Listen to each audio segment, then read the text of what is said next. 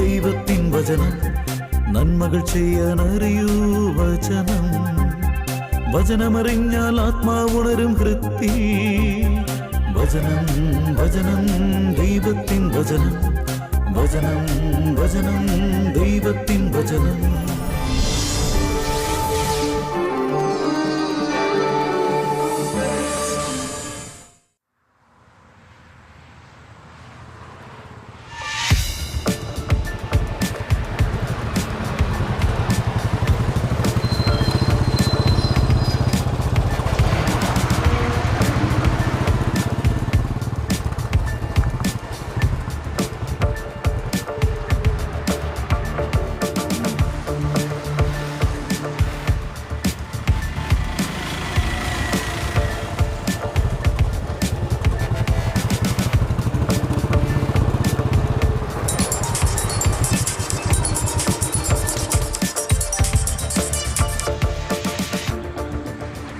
Hello, cash ready ആണല്ലോ അല്ലേ? നിങ്ങളവിടെ ജംഗ്ഷനിൽ വെയിറ്റ് ചെയ്താൽ മതി. ഞാനവിടെ ഒരു 10 മിനിറ്റിനുള്ളിൽ എത്തും. ഇതുകൊണ്ടേ കൂടുതൽ സമയം എനിക്കവിടെ നിൽക്കാൻ പറ്റില്ല, അറിയാലോ. പോലീസിൻ്റെ അവിടെ. ആ ശരി ശരി, ഓക്കെ.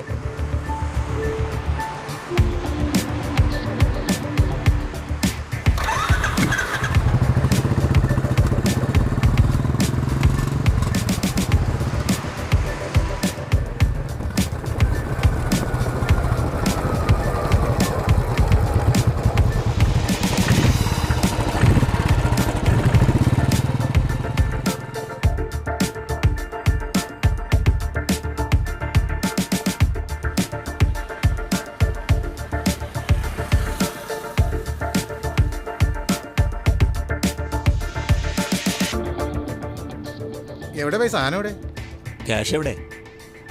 അതൊരു 100 രൂപ കുറവുണ്ട്. അടുത്ത പ്രാവശ്യം നമുക്ക് അഡ്ജസ്റ്റ് ചെയ്യാന്ന്. നടക്കില്ല ഭായ്, ഈ വക പരിപാടിയൊന്നും ഇവിടെ നടക്കില്ല. പിണങ്ങല്ലേ വെച്ചു എൻ്റെ പൊന്നോ. ഞാൻ പറഞ്ഞ പുള്ളുണ്ട്. സാധനം കിട്ടുമല്ലേ? വലിച്ചു നോക്ക്. പോട്ടേന്നാ.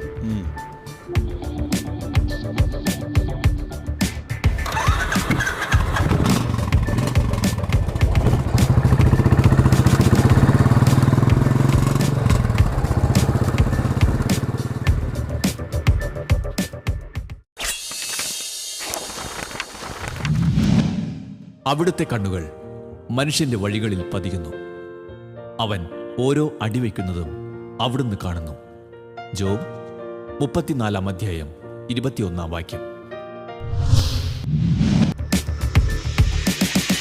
എൻ്റെ ചേട്ടാ, സംഗതി ഇത്തിരി റിസ്ക് പിടിച്ച പണിയാണെങ്കിലും മുമ്പത്തെ പോലെ ഒരാളുടെ കയ്യിൽ നിന്ന് കടം മേടിക്കണ്ട. ദാരിദ്ര്യമില്ലാതെ ജീവിച്ചു പോകാം അല്ലേടാ? അതേട്ടാ, അത്യാവശ്യം നന്നായിട്ട് ജീവിച്ചു പോവാം. അതിനൊക്കെ ഞാൻ ചേട്ടനോടാണ് നന്ദി പറയേണ്ടത്. ചേട്ടൻ ഈ വഴി കാണിച്ചു തന്നില്ലായിരുന്നെങ്കിലേ ഞാൻ കുത്തുവാളെടുത്ത് പോയേനെ. നന്ദിയൊന്നും വേണ്ട. ഈ ജോലി എല്ലാവർക്കും ചെയ്യാൻ പറ്റൂ? ഇല്ല. നല്ല ചങ്കുറപ്പും ധൈര്യമുള്ളവർക്ക് മാത്രമേ ചെയ്യാൻ പറ്റുള്ളൂ. അത് നിനക്കുണ്ട്. നീ അത് ഭംഗിയായി ചെയ്ത് വിജയിച്ചുകൊണ്ടിരിക്കുകയല്ലേ. എന്നാലും സൂക്ഷിക്കണം. ശരിയാണ് ചേട്ടാ, പോലീസിൻ്റെ കയ്യിലെങ്ങാനും പെട്ടാൽ കുടുംബം കോഞ്ഞാട്ടായി പോവും. ഒരു വീട് വെക്കണം. വാടക വീട്ടിൽ എത്ര നാളായി കിടക്കണം? അതിനൊക്കെ കാശ് എത്ര വേണം? കുറച്ചൊക്കെ ഞാൻ ഉണ്ടാക്കിയിട്ടുണ്ട് ചേട്ടാ. മാസം 5-8 ആയില്ലേ ഞാൻ ഈ പണിക്ക് ഇറങ്ങിയിട്ട്. ഒരു 2-3 രൂപയൊക്കെ ഞാൻ ഉണ്ടാക്കിയിട്ടുണ്ട്. നടക്കൂടാ. അതിനുള്ള കഴിവും സാമർഥ്യവും ഒക്കെ നിനക്കുണ്ട്. ആ, വിൽസൺ ചേട്ടൻ വിളിക്കാറുണ്ട് ചേട്ടാ. ആ, ഇടക്കൊക്കെ. നിന്നെപ്പറ്റി വിൽസന് നല്ല അഭിപ്രായം ഉണ്ടാ. എന്നെ വിൽസൺ ചേട്ടന് പരിചയപ്പെടുത്തത് ചേട്ടനല്ലേ? അപ്പോൾ പിന്നെ നല്ല അഭിപ്രായം പറയണ്ടേ? എങ്കിൽ ഞാൻ പോട്ടെ. ഓ, എന്നാ ആയിക്കോട്ടെ. സോഫിയും മോളെയും കൂട്ടി ഇന്നൊരു സിനിമയ്ക്ക് പോകാമെന്ന് പറഞ്ഞിരിക്കുക ഞാൻ. ഓ, എന്നാ പിന്നെ നേരത്തെ പറയായിരുന്നില്ലേ? വേഗം ചെല്ലാൻ നോക്ക്, അവര് കാത്തു നിൽക്കൂലേ? ശരി ചേട്ടാ. ആ.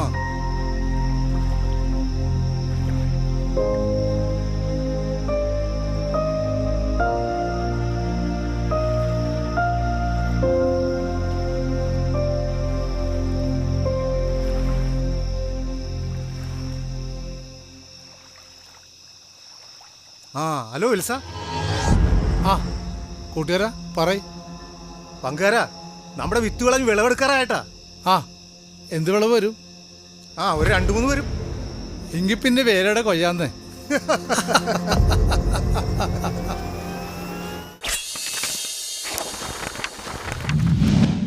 കള്ളം പറയുന്ന നാവ് നേടിത്തരുന്ന സമ്പത്ത് പെട്ടെന്ന് തിരോഭവിക്കുന്ന നീരാവിയും മരണത്തിന്റെ കെണിയുമാണ്. സുഭാഷിതങ്ങൾ 21 അധ്യായം 6 വാക്യം.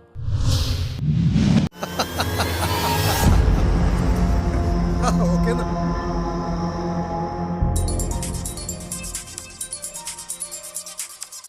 ഹലോ വിൽസൺ ചേട്ടാ, ഞാനങ്ങോട്ട് വിളിക്കാൻ വേണ്ടിയിരിക്കുകയായിരുന്നു. എന്താടാ? ഇതിപ്പോൾ ഇനി പഴയ റേറ്റിന് പണിയെടുത്താൻ പറ്റില്ല കേട്ടോ. എന്ത് പറ്റിയടാ? നിങ്ങൾ അടിക്കടി ഇപ്പോൾ സാധനത്തിന് വില കയറ്റുന്നുണ്ടല്ലോ. പക്ഷെ എൻ്റെ കാശിന് ഇപ്പോഴൊരു മാറ്റമില്ലേ. അതൊക്കെ നമുക്ക് ശരിയാക്കാടാ. എന്ന് പറഞ്ഞാൽ പോരാ, ശരിയാക്കണം. നിനക്ക് ബുദ്ധിമുട്ടാണെങ്കിൽ നീ അത് വിട്ടേര്. അല്ല, ഞാനത് സ്റ്റോപ്പ് അടിക്കാനല്ല ഉദ്ദേശിച്ചത്. കൂടുതൽ കാശ് കിട്ടണമല്ലേ? അതെ. ഇപ്പൊ ഞാൻ വിളിച്ചത് അങ്ങനെ ഒരു പരിപാടിക്ക് വേണ്ടിയാ. എന്തു പരിപാടി? നമുക്കൊരു സ്ട്രെയിറ്റ് കളി കളിച്ചാലോ?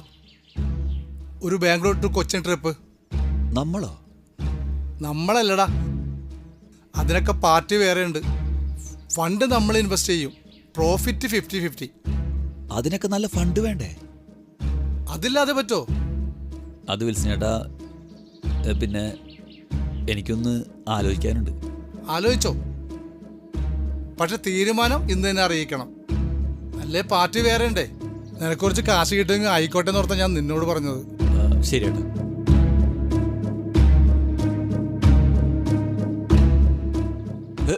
പേടിപ്പിച്ച് കളഞ്ഞല്ലോ നീ. മൈക്കിളെ, എനിക്ക് നല്ല പേടിയുണ്ട്. ഇങ്ങനെ പട്ടാപ്പകല് പോലും സ്വന്തം വീട്ടില് ഇങ്ങനെ പേടിച്ചു കഴിയണമെന്ന് വെച്ചാ? എനിക്കിഷ്ടപ്പെട്ട് വലിയ താല്പര്യത്തോടെ ഇതൊക്കെ ചെയ്യണമെന്ന് നിന്റെ വിചാരം? ഈ ഓട്ടോയും ടാക്സിയൊക്കെ ഓടിച്ച് നക്കാപ്പിച്ച കാശുകൊണ്ട് ഇങ്ങനെ നരകിച്ച് ജീവിക്കുന്നേക്കാൾ നല്ലത് കുറച്ച് റിസ്ക് എടുത്തിട്ടാണെങ്കിലും കാശ് കൂടുതൽ കിട്ടില്ലേ? കാശ് കാശ് മൈക്കിളിനിപ്പോ ഈ ഒരു വിചാരം മാത്രമേ ഉള്ളൂ? കാശിനു വേണ്ടി മൈക്കിളിപ്പോ എന്തും ചെയ്യുന്ന അവസ്ഥയിൽ എത്തിയിരിക്കുക. അതെ, അത് നീ പറഞ്ഞ് ശരിയാ. പക്ഷേ ഒന്ന് നീ ഓർക്കണം, ഞാനിതൊക്കെ ചെയ്യുന്നതേ ആർക്കു വേണ്ടിയാണ്? നിനക്കും മോൾക്കും വേണ്ടി. അതെന്താ നീ മനസ്സിലാക്കാത്തേ? ഞാൻ എങ്ങനെ മനസ്സിലാക്കാനാ മൈക്കിളെ? മൈക്കിൾ ഇവിടുന്ന് പുറത്തോട്ട് ഇറങ്ങിക്കഴിഞ്ഞാ മൈക്കിൾ തിരിച്ചു വരുന്നവരെ ഞാൻ എന്ത് ടെൻഷൻ അടിച്ചിരിക്കുന്നേന്നറിയോ? അതുകൊണ്ട് നമുക്കുള്ളതുകൊണ്ട് ജീവിച്ചാ മതി. ഇത് തെറ്റാണ്. ദൈവത്തെ ഓർത്ത് ഈ കഞ്ചാവിന്റെ മയക്കുമരുന്നിന് ഇടപാട് നമുക്ക് വേണ്ട. വേണ്ട. ദേ നോക്കിയേ, കാര്യം ശരിയാ. ഞാൻ കുറച്ച് നാളായാലും ഇത് ചെയ്യാൻ തുടങ്ങിയിട്ട്. പക്ഷേ നമ്മുടെ ജീവിതത്തിന് ഒരു മാറ്റം വന്നില്ലേ? മോളുടെ ഫീസ്, വീട്ടു ചെലവ്, ഇതെല്ലാം ഇപ്പോൾ കൃത്യമായിട്ട് കൊടുക്കാൻ പറ്റുന്നില്ലേ? ഭക്ഷണത്തിനും ഡ്രസ്സിനും എന്താവശ്യത്തിനാണെങ്കിലും വല്ല കുറവുണ്ടോ? നീ എന്താ അത് ചിന്തിക്കാത്തത്? പക്ഷേ ഇതെല്ലാം പാപത്തിന് ശമ്പളം കൊണ്ടല്ലേ, നല്ല വഴിക്കുണ്ടാകുന്ന പണമല്ലല്ലോ. എത്ര എത്ര പേരുടെ നാശത്തിന് കാരണമാകുന്ന കാശുകൊണ്ടാ ഇതെല്ലാം നമുക്ക് സാധിക്കുന്നത്. അതെന്താ മൈക്കിളും ചിന്തിക്കാത്തത്?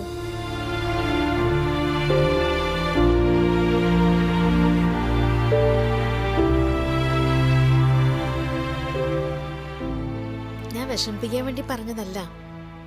അധ്വാനിച്ചുണ്ടാക്കുന്ന കാശ് കുറവായിരിക്കും, ഞെങ്ങി ഞെരുങ്ങി ജീവിക്കേണ്ടി വരുമായിരിക്കും. പക്ഷേ ഇപ്പൊ ഈ അനുഭവിക്കുന്ന ടെൻഷനും പിരിമുറുക്കവും ഒന്നും ഉണ്ടാവില്ല. അതുകൊണ്ട് ഞങ്ങളുടെ സന്തോഷത്തിന് വേണ്ടിയാണ് ഇതൊക്കെ ചെയ്യുന്നതെങ്കിൽ ഇത് വേണ്ട. തുറന്ന കുറ്റപ്പെടുത്തലാണ് നിഗൂഢമായ സ്നേഹത്തേക്കാൾ മെച്ചം. സുഭാഷിതങ്ങൾ 27 അധ്യായം 5 വാക്യം. പ്ലീസ്. സ്വന്തമായിട്ടൊരു വീട്, അതെൻ്റെ ഒരു സ്വപ്നമാണ്. അതിനുവേണ്ടി ഞാൻ ഏതറ്റം വരെയും പോകും. അതുകൊണ്ട് വലിയൊരു റിസ്ക് ഞാൻ എടുക്കാൻ പോവുകയാണ്. അപ്പൊ ഞാനീ പറഞ്ഞൊന്നും മൈക്കിളിന് മനസ്സിലായില്ലേ? മനസ്സിലായി, മനസ്സിലായി. ഒരു ഒറ്റ തവണ. ഈ കാരിയറായിട്ട് നിൽക്കുന്നതിന് നല്ലത് സ്ട്രെയിറ്റ് ഞാൻ ചെയ്യാൻ പോവാം. ഇപ്പോൾ ഇതുവരെയുള്ള എൻ്റെ സമ്പാദ്യം വെച്ച് ഒരു ഹെവി റിസ്ക്, അത് കഴിഞ്ഞ് ഞാൻ നിർത്തിയേക്കാം. സത്യമാണ് ഞാൻ ഈ പറയുന്നത്. ഇപ്പോൾ ഫോണിൽ ഞാൻ അതാ സംസാരിച്ചത്. ഇന്നത്തെ ഡീല് കഴിഞ്ഞാൽ ഒരേ ഒരു തവണ, അത് കഴിഞ്ഞാൽ ഞാനത് നിർത്തിയേക്കാം. എങ്കിൽ ഞാൻ ഇറങ്ങട്ടെ.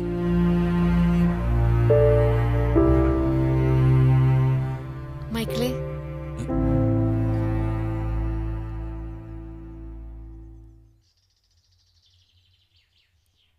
എന്താണ് ഞാൻ പറഞ്ഞത്? നിനക്ക് വിശ്വാസമായില്ലേ? അതല്ല, പിന്നെന്താ? സൂക്ഷിക്കണമെന്ന് പറയാനാ. നിന്റെ പ്രാർത്ഥനയില്ലേ, അത് മതി. ഒന്നും ഉണ്ടാവില്ല.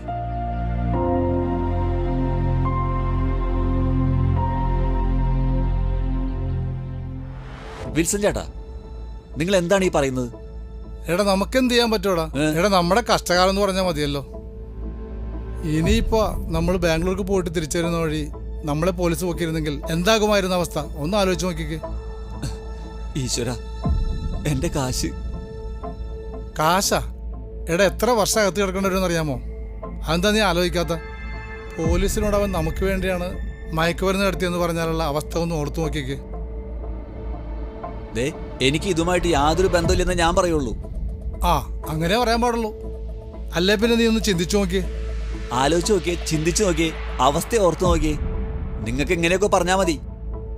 ഞാൻ എന്തോരം കഷ്ടപ്പെട്ട് ബുദ്ധിമുട്ടി ടെൻഷൻ അടിച്ചുണ്ടാക്കിയ കാശാന്നറിയോ?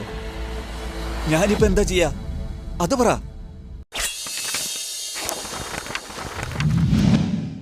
മകനെ, ജീവിച്ചിരിക്കുമ്പോൾ ആത്മശോധന നടത്തുക. ഹാനികരമായത് ചെയ്യരുത്. എല്ലാവർക്കും എല്ലാം നന്നല്ല. എല്ലാറ്റിലും ഉപരി സത്യമാർഗത്തിൽ നിന്നെ നയിക്കുന്നതിന് അത്യുന്നതിനോട് പ്രാർത്ഥിക്കുക. പ്രഭാഷകൻ 37 അധ്യായം 27-15 വാക്യങ്ങൾ. ഈ പോയ പണമില്ലേ, അത് നമുക്ക് അർഹതപ്പെട്ടതല്ല. അതങ്ങനെ നഷ്ടപ്പെട്ടത്. വാ, നമുക്ക് പള്ളി കയറി പ്രാർത്ഥിച്ചിട്ട് വരാം. എന്റെ വായിലിരിക്കുന്ന വല്ലതും കേൾക്കൂട്ടാ. എന്റെ 2-3 ലക്ഷം രൂപ നഷ്ടപ്പെട്ടിരിക്കുന്ന സമയത്ത് പള്ളി കയറി പ്രാർത്ഥിക്കാന്നോ? മനുഷ്യന് സാധിക്കാത്ത കാര്യം ദൈവത്തിന് സാധ്യമാക്കി തരാൻ എളുപ്പമാ. അതിന് വേണ്ടതേ വിശ്വാസമാ. എന്റെ ബിസിനസ്സിൽ നഷ്ടപ്പെട്ട പണം പ്രാർത്ഥിച്ചാൽ കിട്ടുമെന്നാണോ നീ പറയുന്നത്? എന്നൊന്നും ഞാൻ പറഞ്ഞില്ല. ഇപ്പൊ വേണ്ടതേ മനസമാധാന. അതിനുള്ള മാർഗാ ഞാൻ പറഞ്ഞത്. മൈക്കിൾ വരുന്നുണ്ടെങ്കിൽ വാ.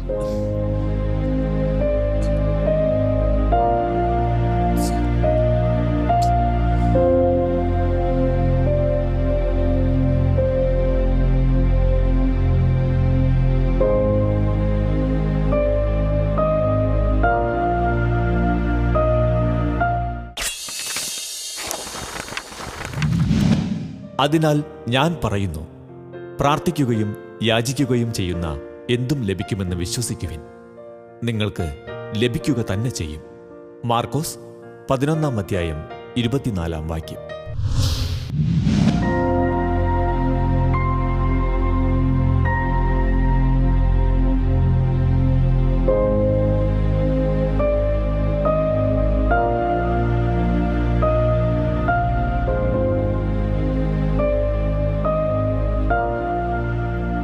കേറ്.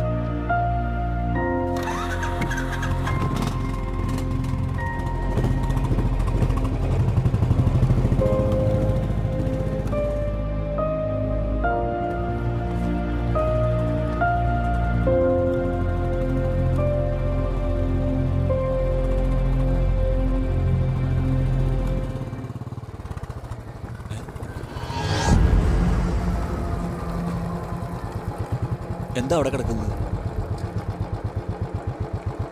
ആ കിറ്റിൽ ക്യാഷ് കിടക്കണം തോന്നുന്നു. ഇറങ്ങ്. അത് നീ ചെന്ന് എടുത്തോണ്ട് വന്നേ. അത് നമ്മുടെ അല്ലല്ലോ. ഇതൊന്നും വിടാതിരുന്നേ, ഞാൻ എടുക്കാം.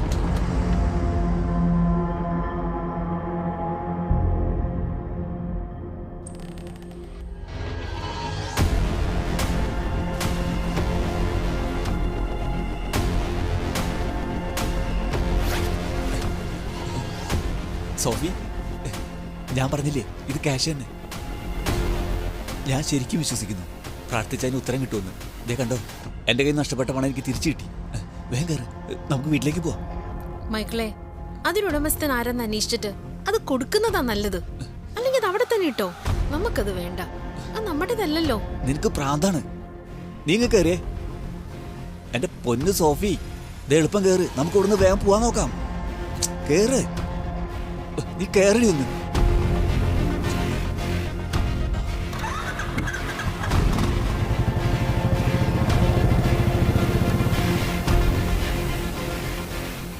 എന്റെ സോഫി, ഒന്ന് അനങ്ങിയും കൊണ്ട് നടക്ക്. നീ ഇത്രയും ക്യാഷ് കിട്ടിയിട്ടും നിനക്കൊരു സന്തോഷമില്ലാത്തത് എന്താ? ഞാനിനി എന്നും പ്രാർത്ഥിക്കും, പള്ളിയിലും പോവും. എനിക്ക് അത്രയ്ക്ക് വിശ്വാസമായി പോയി. അവരുടെ അധരങ്ങളിൽ സത്യമില്ല, അവരുടെ ഹൃദയം നാശകൂപമാണ്. അവരുടെ തൊണ്ട തുറന്ന ശവക്കുഴിയാണ്. അവരുടെ നാവിൽ മുഖസ്തുതി മുറ്റി നിൽക്കുന്നു.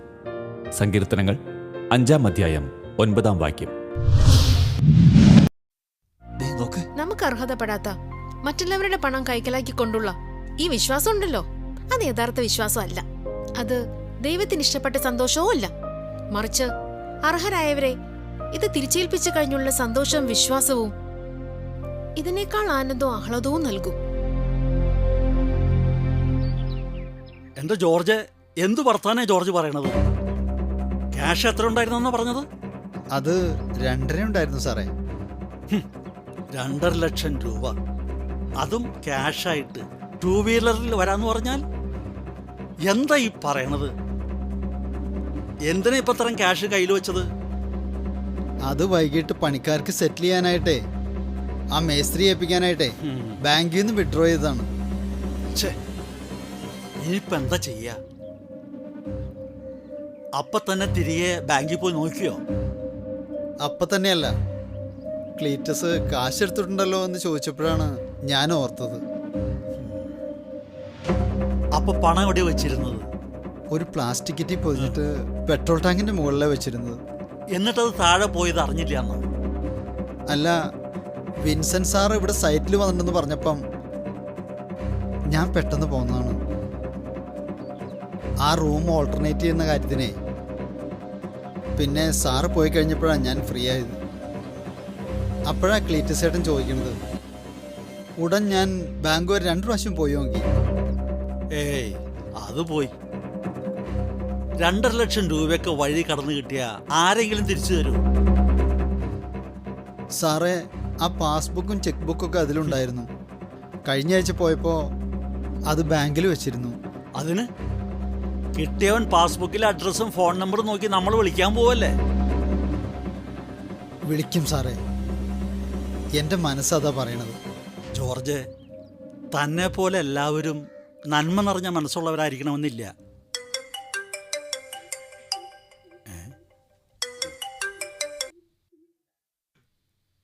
ഹലോ ഹലോ, ഇത് ചാർലി എന്ന് പറയുന്ന ആളാണോ? അതെ. സാറേ, സാറിപ്പോ എവിടെയുണ്ട്? ഞാൻ ആ പള്ളിക്ക് സൈഡിലുള്ള റാൻസം ഹോട്ടലില്ലേ, അതിൻ്റെ അടുത്തുള്ള വർസൈറ്റിലുണ്ട്. നിങ്ങളാരാ? ഞാൻ സോഫി. എന്താ കാര്യം? ഞാനും എൻ്റെ ഹസ്ബൻഡും കൂടി റോഡിലൂടെ പോരുമ്പോൾ കുറച്ച് പണം ഞങ്ങൾക്ക് റോഡിൽ കിടന്ന് കിട്ടി. ഈശ്വരാ, ദേ ജോർജ്, ക്യാഷ് കിട്ടിയെന്ന്. ഹലോ ഹലോ, ആ പറയൂ സിസ്റ്ററെ. അത് വഴിയിൽ നഷ്ടപ്പെട്ട എൻ്റെ പണം തന്നെയാ. നിങ്ങൾ എവിടെയാ ഉള്ളത്? ഞങ്ങൾ അങ്ങോട്ട് വരാം. വേണ്ട സാർ, ഞങ്ങൾ വർക്ക് സൈറ്റിലോട്ട് വരാം. ഓ താങ്ക്സ്. അവരിങ്ങോട്ട് വരാം. ആണോ?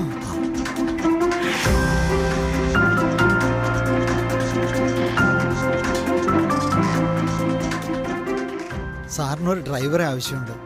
അതിന് മൈക്കിളെ, സത്യസന്ധനായ നിങ്ങൾ തന്നെയാണ് ഉത്തമം. പിന്നെ ആ വീട് വാടകയൊന്നുമില്ലാതെ എത്ര കാലം വേണമെങ്കിലും നിങ്ങൾക്ക് ഉപയോഗിക്കാം. മൈക്കിളെ, ഇത്രയും സത്യസന്ധരായ നിങ്ങളോട് ഞാൻ ഇതിൽ കൂടുതൽ എങ്ങനെ പെരുമാറുക, എങ്ങനെ സന്തോഷം പ്രകടമാക്കുക? ഇനിയും ഞാൻ എന്തെങ്കിലും ചെയ്യണമെന്നുണ്ടെങ്കിൽ നിങ്ങൾ പറ. ഈ പറഞ്ഞതൊക്കെ തന്നെ ഒരിക്കലും എനിക്ക് അർഹതപ്പെട്ടതാണോ എന്ന് എനിക്കറിയില്ല. പക്ഷേ ഇന്നു മുതൽ അതിനർഹനായവനായി ഞാൻ ജീവിക്കും. എല്ലാം എൻ്റെ ഭാര്യയുടെ പ്രാർത്ഥനയുടെ ഫലമാണ്. ചെയ്തെന്ന ഉപകാരങ്ങൾക്കെല്ലാം വളരെയധികം നന്ദിയുണ്ട് സർ. നന്ദി ഞാൻ നിങ്ങളോടല്ലേ പറയേണ്ടത്.